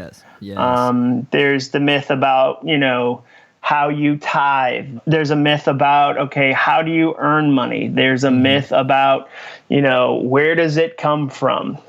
My myth that I wanted to talk about was kind of career-based, and it's the myth that you should always follow your heart and expect to find purpose at your work. That work should always be an expression of your passion and your gifts. I think this is a myth we've probably had forever, but I think I really see it with this younger generation where we've taught them, listen to your heart, expect your job to feel a certain way, be a certain way, find your mission, find your why, and then go live out of that. I think that's a gigantic myth. Yeah. Here's why I think it's a myth, and here's what I think is true instead. I think that it's great to have purpose at your job. I don't think it's a good barometer for whether you're at the right job, because I think a truer reality is that every job has things you don't necessarily want to do, things you're not passionate about, things you're not excited about. Every job has weird things. I'll tell you the weirdest thing that's ever happened to me at my job. This is 100% a true story. It's the kind of thing that if I told myself I'll only do my job when it's fun and I've got passion, I would have quit this day. So I speak for a living and I write books, which means I do book tours. And I've spoken for a bunch of events for an essential oil company. In Nashville, essential oils are really popular. And so I love this one company. They've been great to my family. But what it means is that people now come to my events from this essential oil kind of fan group. And sometimes they bring me bottles of essential oil as a gift, as a thank you, which is great, so kind. Sometimes people bring me queso because I tweet about that a lot, which I found a way to create a job where people deliver melted cheese to my place of business, which no guidance counselor said I could do, but whatever. Yep. I made it happen. And so one night I'm in Chattanooga, Tennessee, and I'm in Books A Million, and I sign this woman's book, and she gives me a little vial of oil and say, thank you so much. It's so kind. She leaves, or I think she leaves. 5 minutes later, I'm signing somebody else's book, and on my bare neck, I feel an oily hand rubbing my neck, and then somebody pouring oil on my hair and my head. Oh. Wow. At least it wasn't queso, I guess. Exactly. She leans in and says, I'm anointing you. It's very biblical. This is very biblical. I think that's what she's recreating scenes from the Bible. Yeah. She said, I'm anointing you. And I don't they teach that at author school. And the crazy thing is, everyone there was like, is she with him? Like, does he ball so hard he travels with an anointer? Yeah. Hilarious. And my favorite part is she was 5 minutes from the right decision. She left and came back. She was so close to choosing correctly, but she got to her car and was like, you know what? I am going to oil that guy. So then I have to call my wife that night, and she goes, how was the book signing? And I go, that was different. It was one of those oil ones. And so your job's going to have difficult things, hard things, fun things. It's going to be a mix. So I think the myth is you do your job to find purpose in your job. You don't expect or demand purpose from your job, because I just don't think that's the reality for so many different people. Right. And sometimes it takes those steps along the way. Like, I look back at my personal life, and now I'm writing and speaking and counseling, but it did not start that way. I remember when my husband was in medical school and I had to actually be the breadwinner. It was hilarious because I expanded my resume in some really strange ways. Like, I was a court interpreter for Arabic. I was a substitute teacher in inner city schools. I was a website copywriter, and all of those things had nothing to really do with where I'm at today. But sometimes God uses those unexpected turns that you just got to push through until you are finally achieving your calling and doing what you're meant to do. But sometimes there's going to be, dead end roads along the way. Well, and that's the thing. To a younger generation, I think it's really important. I meet so many college students that feel this pressure to pick a perfect major. And the story I always tell them is I couldn't have picked what I'm doing now in college because it didn't exist. Mm-hmm. Like a lot of what I do is social media. I couldn't have studied that because it physically, literally was not a thing in our existence. And so for a lot of students right now, or a lot of college kids or maybe young 20s, the thing you end up doing might not even exist yet. You might be some hologram scent developer. I don't know what's the future holds. You might be a, driverless car designer. I don't know. But I think when we put the pressure on ourselves to find the perfect thing, we end up being really dissatisfied with something that's not lining up with our expectation. Yeah, so I think I really see this myth play out in couples down the road in a lot of different areas for love and money. We're just running into couples where, for example, one spouse will all up and just all of a sudden quit a job and literally be like, I'm pursuing my passion. And whether it's a quarter life crisis or a midlife crisis, right. I've seen it. I see it wreak havoc on the family. And, it's not thought through. They didn't actually take the other person into consideration. It's like, bam, I just, this isn't my passion. This isn't my calling. And I just think if everybody did that, it's such a bad idea. And I get where it's coming from. We've got this ingrained thing where we feel like we want to be enough. We want to feel valuable. They say one of the most powerful things at work is feeling like you're making a contribution. And yet on our assessment, on our love and money assessment, more than half of the people report that they feel dissatisfied with what they're doing in their life. And it's just such a massive number. And you combine that with the myth that John's bringing up, like, well, I've got to have passion. I've got to be making a difference in every moment of my life. And it's no wonder that people are, running into these pretty bad decisions, in their day to day. Yeah, I like that, Ruff. And I think it's important to pursue your passion, but also realize that sometimes you're just going to have to push through. And I think sometimes that throws people off. Chris Rock recently said, he was talking about his daughter's high school, and they had said, you can be anything you want. And I wildly disagree with that. Like I could have done all the workouts and all the protein. I was not going to play in the NFL. And that's okay. I was not going to be in the NBA. That wasn't a lack of passion. But the way he said it was, you can be anything. He said, you can do anything you're good at if people are hiring. And then he said, and it still doesn't hurt to know somebody. So I think there is this balance of dreaming big, but also having this healthy sense of reality. The other part of this for us to talk about, I don't want to leave this out, is there are some people who are working in their calling. And so I used to do youth ministry, and a lot of people that we've worked with, ministry is their job. And here's the deal, and here's the converse of what we're talking about. When you choose to make your calling your living, sometimes you've got to be ready for the trade-off. So I have a lot of friends in ministry where it's like now they're running around feeling like where they're not satisfied is in the other things in life. So they're in smaller homes. They have they can't get all the stuff that they see their friends having. And you know what? That's kind of the trade-off. You can't have it all. And so, John, you talked about it, and Deb, I know your speakers, your authors, like if you go all in on that, like, hey, you might be eating ramen noodles for a while, and that's the way it's going to be. You can't be comparing yourself. Have you ever heard the phrase, you can have it all, you just can't have it all at the same time? I think that's a really good one to apply to this type of thing. Yeah. Yeah, exactly. That's smart. That's really smart. And you're not supposed to. You're supposed to be able to say, hey, during my time with young kids, the couple we talked to today, I'm going to hustle in a different way. When, I have 2 teenagers, I get to do different things because of the age of my kids. And so I think you're right. It is about pacing.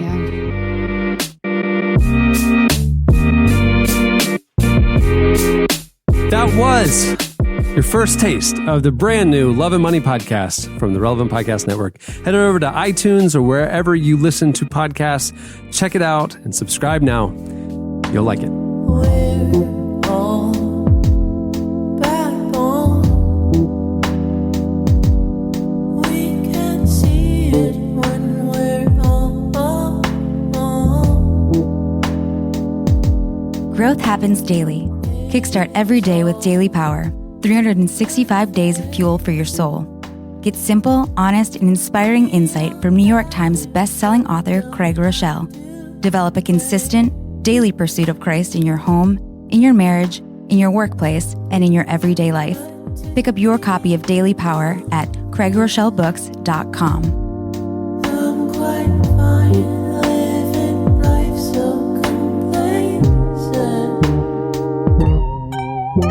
You're listening to Michael Sayer. The song is Bad Bones.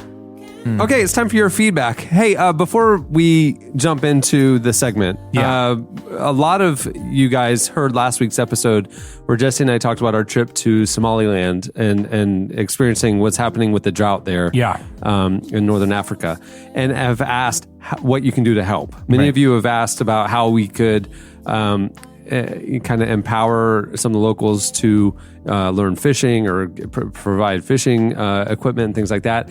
And so we hit up our contacts at World Vision who help facilitate the trip, and they do a lot of work in the area about what our listeners could do to get involved. They suggested the best thing to do was to give directly to the World Vision clean water efforts that are going on. Yeah. You can go to worldvision.org and search for clean water, and the clean water stuff that is directly going to Northern Africa where the drought's happening. It's right there, and you can donate. As far as the fishing stuff like that, let's just say there are meetings happening, and that is a new. It would be a completely new thing, but it is being talked about, and there have been several meetings already. We love that y'all are asking about it. We love that you guys are wanting to get involved in a tangible way. The best way right now, go give directly to the clean water efforts that World Vision's doing in that region. And then there may be some other stuff that we can talk about soon. Awesome. So, Great. That's good. Good to remember and know. Okay. Let's see. So now it is time for our sometimes occurring new segment. The relevant listener of the week. You listen to the show and it's time to get to know you. It's the listener of the week. Okay, this week's listener of the week, Jesse handpicked this individual. His name is Ty Hill. Jesse, before we bring him on, why don't you read his 3 facts that jumped out to you? Okay, true story. I re-solicited people to send me facts. I opened one message and read these. I'm like, this is the winner. I didn't even need to read it. Wow. Like this, Ty. Okay, I'm going to read all 3 because I'm very interested in all 3. And please read it like Randy Quaid. No, not like Randy Quaid. Oh, yeah. Or some real nice Clark. Here are Ty's 3 facts. A third of one of my toes fell off in Disney World. I'm going to vomit. Oh, I can't wait. I was peer pressured into eating a potato chip soaked in pepper spray by a county sheriff. That seems like police brutality. And this is the Feels one like I'm Mississippi most interested in. Most. Because this could be 3 on their own, honestly. I've had to break up fights on 3 different occasions in the middle of doing a sermon. Wow. Okay, welcome Pastor to the Ty. podcast, Ty Hill. Thanks, guys. It's great to be here. Ty, where are you calling us from? I'm calling from the beautiful town of Wabash, Indiana. Lovely this time of year in Wabash. Oh, yes, How is it down at the corner store? What does that even mean? What else? wonderful. Do they have a corner? Every place has a corner. Okay, Ty, we only have a couple minutes, so we got to get into this. Please talk us through your 3 facts. Why did part of your toe fall off at Disney? This was when I was in first grade. Oh, gosh. Did you have leprosy? Oh, no. And I wish it was that interesting, but I was going to say that's an early joke, Cameron. Yeah. For not knowing.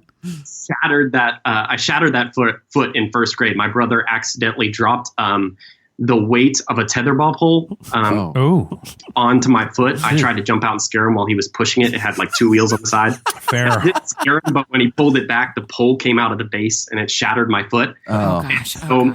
It was very ugly, it damaged a lot of the bones and a lot of the nerves. So about a little less than a year later, my family and I were in Disney World, and as a second grader would do at the end of a day at Disney, I was conked out. I was knocked out of sleep. Yeah. And so my mom was taking my shoes off. She pulled the socks off. No, headphones off. Headphones off. Just finish the story and tell me when he's done. Fell out on the ground. So I had some of my bones sticking out that I had to have surgery to have that removed, and it doesn't look pretty today. And it's wow! First quite grade. a bit of time. Can you? Yeah. So you still can't feel, that foot or. Right. I mean, I have feeling the circulation is just pretty bad. So it's more of like when I get in water, it goes like numb just because it can't keep warm. So you get cold feet. Oh no, Jesse, too soon. I'm sorry. That's Ty, which toe is it? My middle toe on my left foot. Yeah. So the worst part about it is the doctor asked my mom, I was in second grade, and he said, hey, if you would like, we can try to save the toenail, because if the toenail grows back normally, it'll look like a normal toe. But I've been cursed with this, like, it just grows straight out like a nub. God. All right, hey, Ty, why don't we move on to the pepper spray thing? Yeah, let's go on to pepper spray. Ty, this is amazing. Move it forward. If they could stand you guys talking about the Shape of Water last week, I could think Thank you very much. They were between us, Ty. Everybody was pretty immature, weren't they? I was trying to like get above it, but they just kept going. Did your toe grow a new tie? Is there like another one of you walking around? Like how starfish work? Hey, I'll keep going. All right, pepper spray. Yeah, here comes the water stuff. Yeah, because this seems like police brutality to me. So, I was actually, when I was down in college, I went to Kentucky Christian University, and I'm not originally from the South, so maybe Anna, you can fill me in on some of why this stuff happens. But I'm ready. I worked at a church while I was down there as a part-time youth minister, and I was still pretty young. I was like 21 years old, and the church was called Lower Grassy Church of Christ, and it was just as like podunk and like farmer church down in the holler of Kentucky as you'd imagine. And so we did an all-nighter there. And I know some of you guys grew up in the church or worked in ministry at some point, and all-nighters are just the worst thing in existence. Yeah, the lock-in. The famous church lock-in. Yeah, woof. Lock-in, totally. Lock-in, yeah. And at one point in the night, it was like 3 or 4 in the morning. That's when you start losing students. Some go sleep and some get bored. And had a couple students still up with me and wanting to do something. And I had a game plan, but it was for a bunch of kids where we would all they would have to eat mystery foods and stuff like that. So some of those foods were disgusting. And so the only people up with me were a table full of girls and one of our chaperones who happened to be the sheriff of our county. And sure. And so they talked me into eating some of those disgusting things that I planned on trying to make them eat. Yeah. They started calling out my pride and my manhood, and I'm ashamed to say I caved hardcore to that peer pressure. I get that, Ty. And I mean, finally, what happened in your mouth when you ate that? I honestly had no idea. Like the worst mistake. So the police officer talked me into putting it on the potato chip, and I'm an idiot, so I smelled it at first, and I don't know why I thought about breathing it in. You're just like the most classic little brother on earth. You know how pepper spray works, right? Like it's made. It's not like peppering an egg, like a scrambled eggs. Yeah. It's like a terrible weapon. Paprika. With pepper, I expected some kind of flavor, and there was no flavor. It was just immediate pain. Like there was no pride anymore. All the pride that I had before that moment was thrown away as I clung to a wall, gasping for air. And yeah, I bet you're not supposed to ingest that stuff, right? Yeah. Yeah. Well, the police officer, that jerk, I hope he doesn't listen to this, but he does. He's a good man. Just kidding. But you didn't eat that, did you? While I'm suffering in pain, he calls the girls over and says, "Hey, watch this." Yeah. And he takes a styrofoam cup and sprays the pepper spray on there, and the pepper spray completely dissolves the styrofoam cup. Oh my God, that's crazy! Oh my gosh! System, right? Yeah. Wow. So it took me a while. The girls felt bad for peer pressuring me, so they were bringing me ice cream and popsicles and stuff like that. But the police officer said, "Hey man, you have to let it dry out. You can't cool it down." So crazy. Ty, yeah. So even getting in the shower 10 hours later after I'd slept off the all-nighter, I rubbed my eye in the shower, and 10 hours later, my eye erupted in flames. My middle finger fell off. Oh no! Ty, let me ask you this: did the experience with the pepper spray help when you had to break up these fights in the sermons? Because it seems like you're a master of pepper spray. Are you a pastor, Ty? Is that what we can infer? Yes, I'm a pastor at a residential facility, White's Residential and Family Services in Wabash, Indiana. So we work with troubled teens who have kind of gotten in trouble with the law or are in foster care or different things like that. So I do chapel 4 times a week for roughly 100 kids that are here for different behavioral issues or addiction issues and stuff like that. So you're a good man. Yeah. Ty, you married? He may not have all his toes, but he's a good guy. What do you got? What do you got on the relationship front, Ty? You got anything going on there? You married or in love? I actually got married 3 weeks ago. What? Congratulations. Congrats, Yeah. That's exciting to get married. Kind of dip your toe in the water, right? How's your wife feel not having made the cut of your top 3 facts? Oh, man. I don't know. That's a lot to compete with. You know what I mean? You know, maybe I just got married 3 weeks ago. Might have been something you might want to To include be in your fair, top 3. would Jesse have picked him? Probably No, not. probably That's not. true. I'm looking for graphic toe stories. No, he could have said, I'm a 9-toed man who just got married 3 weeks ago as one fact. Yeah, I'd be like, oh, okay, the 9-toe thing. I'm interested. What's her name? Kinsey. Ooh, Kinsey. Yeah. Like Kinsey or McKinsey? Did you shorten it or is it actually It's just short? Weird. It's Kinsey. So Kinsey. Does Kinsey know about your toe? Yes. I had to hide it from her for the first couple months. I didn't want to scare You've got to. But Yeah, you cannot reveal that it grew early on. straight out of the shoe and you couldn't hide it anymore. You know. guys, actually, the worst thought, I know we're not trying to jump back to that, but the worst part about that toenail is I have to cut it with a dog toenail. Ladies and gentlemen, Ty Hill. I didn't even know they had special ones. I have to go to a dog groomer to get. It's like a little. It's like a toe. It's like a little, like a twig, like a little piece of like fire kindling that grows out of your toe that you clip off. God, you are absolutely such a good man with a great job, but I can never know you. Hey, can I be honest with you, Ty? If we ever met, like, you would be like, hey, man, I'm up here. Because even if you were in shoes, I'd be looking down at your feet the whole time, like thinking that's just going to pop out of there. Yeah, totally. He walks up to you. Hey, remember Ty would be like, he'd be like breaking down like this moving stuff with the job. I'm like, Ty, I got to stop you there, man. It would be, yeah. I'm not going to get any further till I see the toe. Yeah, I almost can't It would be. We're at like the 15-year podcast event, and he's like, "Hey, we talked a couple years ago. I'm Ty Hill. Dog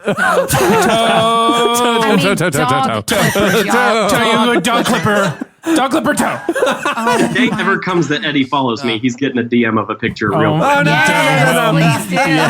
Yes. Ty, you know that's not going to happen now. I'm sorry. Hey, Ty, you officially, the week of March 16, 2018, you are the Relevant Podcast Listener of the Week. So Yes, thank Ty. you very much, man. We're a big fan of Yeah, you, Ty. great talking to you. Thank you for listening. Good luck with your marriage. See ya. Thanks so much. I know that was lunacy and we barely let you talk, but it was really fun. He didn't tiptoe around that, did he, guys? Oh, no, you old dog. No. Hey, nailed it. Oh, no. Even worse. Even worse. Chandler, don't clip that part out. It was too good. Annie Downs. I was, as soon as he brought it up, I was so worried I was going to put my foot in my mouth. I was really proud of you, Annie. Wow. Annie is no longer the newest cast member. That was absolutely disgusting. Let's talk about anything but that guy's name. Well, perfect segue because it's time for last week's editorial question of the week. Hey. Remember last week, we asked you for your worst or most embarrassing travel story. Jesse and I were talking about our long trek to Northern Africa and his experience on Ethiopian Airlines. And it just got us wondering about your most memorable and or horrific and or embarrassing travel stories. You guys did not disappoint. You hit us up on Twitter at Relevant Podcast and also posted your replies on the podcast page at relevantmagazine.com. Here are a few of our favorites. Ronaldo said one time he was running late and got to the airport and realized when he got out his ID that he had left his debit card at home. He also had no cash or credit card. So he had no way to eat. And so he ended up going 35 hours without eating and eventually found a credit union where he could go and get money out. And he ran to the first restaurant he could see, which he claims the first restaurant he could see was Hooters, for which he says, "Sorry, Lord." So I don't know. That's between you and God, Ronaldo. You should have gone like another couple hours. I'm not going to read Matt's whole story, but there is a very funny story that he tells about he and his wife traveling around Italy, and they took what was called the Night Train, and they assumed it had like lovely sleeping cars, but as it turns out, they were just doing an all-nighter in a train, and then ended up seeing people that were like on drugs, and then they're trying to sleep on a bench outside for a 3-hour layover in the middle of who knows where, and it just devolved into a great story. And he made it. Kathleen's is really interesting because they were on a flight over the Atlantic and someone got sick from Dallas. They were going Dallas to London and someone got really sick and they had to land. And these are the things that would just make you, these are the things that they can't control but make you insane. So the guy gets sick and they have to land and they land in Nova Scotia. And then they realize that because of how long the people flying the plane, because of the pilots and the stewardesses, they can't take off and go to London because they've passed their FAA regulation for hours. And so then they have to fly back to New Jersey. I mean, how unbelievable is that? And then they end up finally landing in London. But those are the things that like, you just have to like, oh, well, that's life, right? And you have to suck it up. But that sounds terrible. Man, that is terrible. Matt shared one that was really awful and just made me continually uncomfortable. In 2007, he was on a wilderness trek with a prominent... With Dennis Quaid. With Dennis Quaid and a prominent outdoor organization. Just searching, man. Yeah, and Matt ended up writing the smash hit, On My Way to Heaven. On My Way to Heaven. My way. Yeah. That's my worst travel experience. I was on a track with Dennis Quaid, and that's all he you need to sang know. On My Way to Heaven Non-stop. Over and over again, and how much the red letters mean to him. It's so simple when you think about it. Yeah. And just you read it from cover to cover. I love it how the spiritual journey had nothing to do with how he found Jesus. Like he journeyed the world, and he's like, and I came home and I read my Bible. You could have just done that from the beginning and skipped the whole journey. No, he had to explore all the other options, right? And then he landed on that one. Got to go and see the whole elephant before you realize you're looking at your piece. I mean, let's just read Leviticus. You'll be fine. Listen, Matt ends up. There's a lot in that sentence. Yeah, that got weird. Matt said, so basically what Matt said was that they brought the wrong kind of fuel for the camp stove, which you just can't make it happen. And so it ended up just like having this awful gas smell, but they were on a like outdoor excursion. So they had to eat food that was basically cooked in this awful gasoline smell. So they were eating nothing, which caused severe indigestion. Then they ran out of the gas. And so they're just eating dry lentils for the last couple of days. Gosh. It just sounds like day one, when you realize that, you're like, well, this trip is over and terrible. But you're out there and you got to just keep going. So Matt then wrote the hit song. Congratulations. That's funny. There's a lot more where those came from. You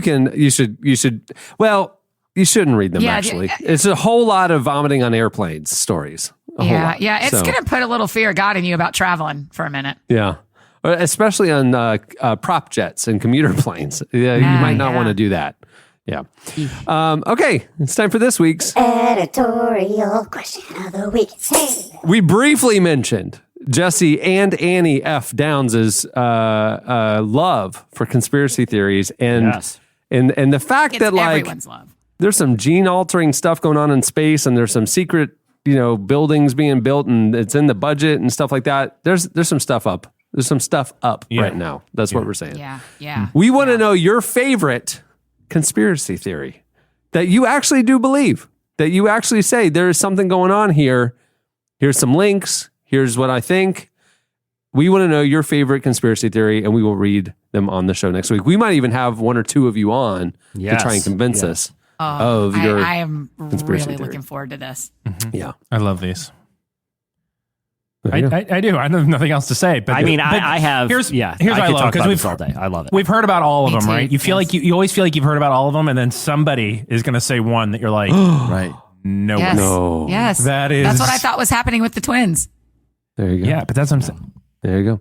Hit us up Formerly on Twitter twins. at Relevant Podcast, or you can post your longer ones, which you should, over on the podcast episode page at relevantmagazine.com. Hey, before we wrap up, we want to hear from you. We are doing a Relevant Podcast listener survey. We want to. We have some questions. We want to know your thoughts about a couple of things. Exclude me from this. I am uninterested. I feel pretty confident in what we're doing. To join in Am on I the about survey. to get kicked off the show? Yeah. We just want to do a little. It's just one question. A 90-day Here's one evaluation. question. You know what I'm saying? Which of our newest cast members is not working out? We Dennis tweeted a Quaid. link to the survey this week, so you can follow us on Twitter and find it there. You can find it on the podcast episode page as well, or you can go to relevantmagazine.com/podcast survey to take it. We'd love to hear from you. It helps us make the show better. It helps us find the right partners for the show. And it takes a few minutes, and it would mean a lot to us. So, and I will not be able to read them because my crushing insecurity will absolutely cripple me. We're not going to ask for, it's not critique about the individual cast members. Annie and I do not want to hear about this. No, just I don't. Ignorance is bliss. I don't want to know my score on 1 to 10. I'm not into it. Oh, that's funny. Well, let's do that. Let's add that to the survey. Just rank them as a human. 1 to 10. No, literally only Value as just a human. Annie. Like no other questions about the cast, but then the last question, what do you think of Annie 1 to 10? Yeah. Annie as compared to, and then compared to other people. Yeah, I like it. While you're online, maybe subscribe to the new issue of Relevant, our brand new 15-year anniversary issue with John Legend on the cover, with Ava DuVernay, with a lot of other amazing content is out now, just released a couple weeks ago. You can go to relevantmagazine.com and get it. You can also pick it up on newsstands nationwide. But if you go to the site and subscribe now, there's a special deal. And I think you'll like the magazine. We'd love the support, though. So if you like the show, go It's a subscribe good thing to the do magazine. for your birthday. If everybody wants to celebrate Cameron's birthday, fill out the survey and subscribe to the magazine. Last year for my birthday, we ended up all my friends ended up raising over like $14,000 for charity water. Yeah. This year, subscribe to Relevant. Yeah. That's it. That's it. That'd help us make payroll. That'd be great. RelevantMagazine.com. There you go. Hey, on that note, we'll wrap it up. Thanks to our show sponsor for making the episode possible. Remember, you can start your free trial today at squarespace.com and enter offer code RELEVANT to get 10% off your first purchase. When you support our show sponsors, it actually really makes a difference and keeps the show viable and happening. So thanks for supporting them. Yeah. Thanks to our guests as well. Jim Caviezel's new movie, Paul, Apostle of Christ, is out next week. Make sure to check it out. And also go over to iTunes or wherever you download podcasts and check out the new Love and Money podcast from the Relevant Podcast Network. You can listen to it there and subscribe. Subscribing makes a difference. Also, the brand new 4th season of Eddie's podcast, The New Activist, is out now. Come on. You said it's your happiest episode ever. Oh, man. I haven't heard it yet. I'm excited. I can't wait. I listened to it last. I texted you last night, Eddie. I don't know if so. Like, is fantastic. Like, moving. Everyone needs to download. If you listen to one episode, start with this one. It was incredible. Nice work, Eddie. Well done. I really agree. Thanks. It's a joy. So I mean, you're starting your 4th season. You said in your tweet, you said it's your favorite episode yet, by far. No disrespect to all of the other people who have joined Eddie, you. Everybody's saying, I agree, man. Yeah, it's because of the guests. It's John and Mark Cronin of John's Crazy Socks, and John and his dad have started this great business, and John happens to have Down syndrome, and it is the two of them working together to start this business. And I can't wait. John is my best friend. It is an incredible piece of audio. The whole episode. We just laughed and talked for 45 minutes, and I didn't even edit it. I just let the whole thing run. It was just so great. And I felt like I just learned a lot about what's possible. So it was cool. I love this. The New episode. Activist, Love and Money, Relevant Sports Podcast, this show. Chandler's Show, which I heard in a dream last night. Coming soon. Which you heard in a dream last night. The Chandler Strang Show. Surprisingly interesting. Like, it was heartwarming, I believe you used. a really charming show. Charming. In your dream. It was So go to Eddie's Dream and subscribe now. Yeah, because in real life, Chandler's actually a really charming, sweet guy. It's on the show that he is a terrible person. But in real life, he's the best. Oh, that's I funny. can say the same thing about you. Son of a... Shut down your computer. You get out of this room. All right. This turned into Country Rare Jamboree somehow. On that note, we'll wrap it up. I'm Cameron Strang. Happy birthday, Thanks, Cameron. man. I'm Chandler String. I'm Jesse Carey. I'm Annie F. Downs, and I'm glad you were born, Cameron. Oh, thank you very much. I'm glad you're born too. And I'm also glad we have a beautiful AFD adorning our studio now. And our life. Yes. And our life. We'll see you next week. My life may not be roses, but still I'm gonna be alright. Long as I got my Savior by my side. Thank you for listening to the Relevant Podcast. If you like what you heard, be sure to leave us a review on iTunes. Check out other shows from the Relevant Podcast Network in the podcast section at relevantmagazine.com. And while you're there, browse exclusive podcast merchandise at our online store. Make sure to subscribe to Relevant Magazine. Info is available at relevantmagazine.com/subscribe. Way to heaven, on my way to heaven. I'm on my way to heaven, so I can't be staying long.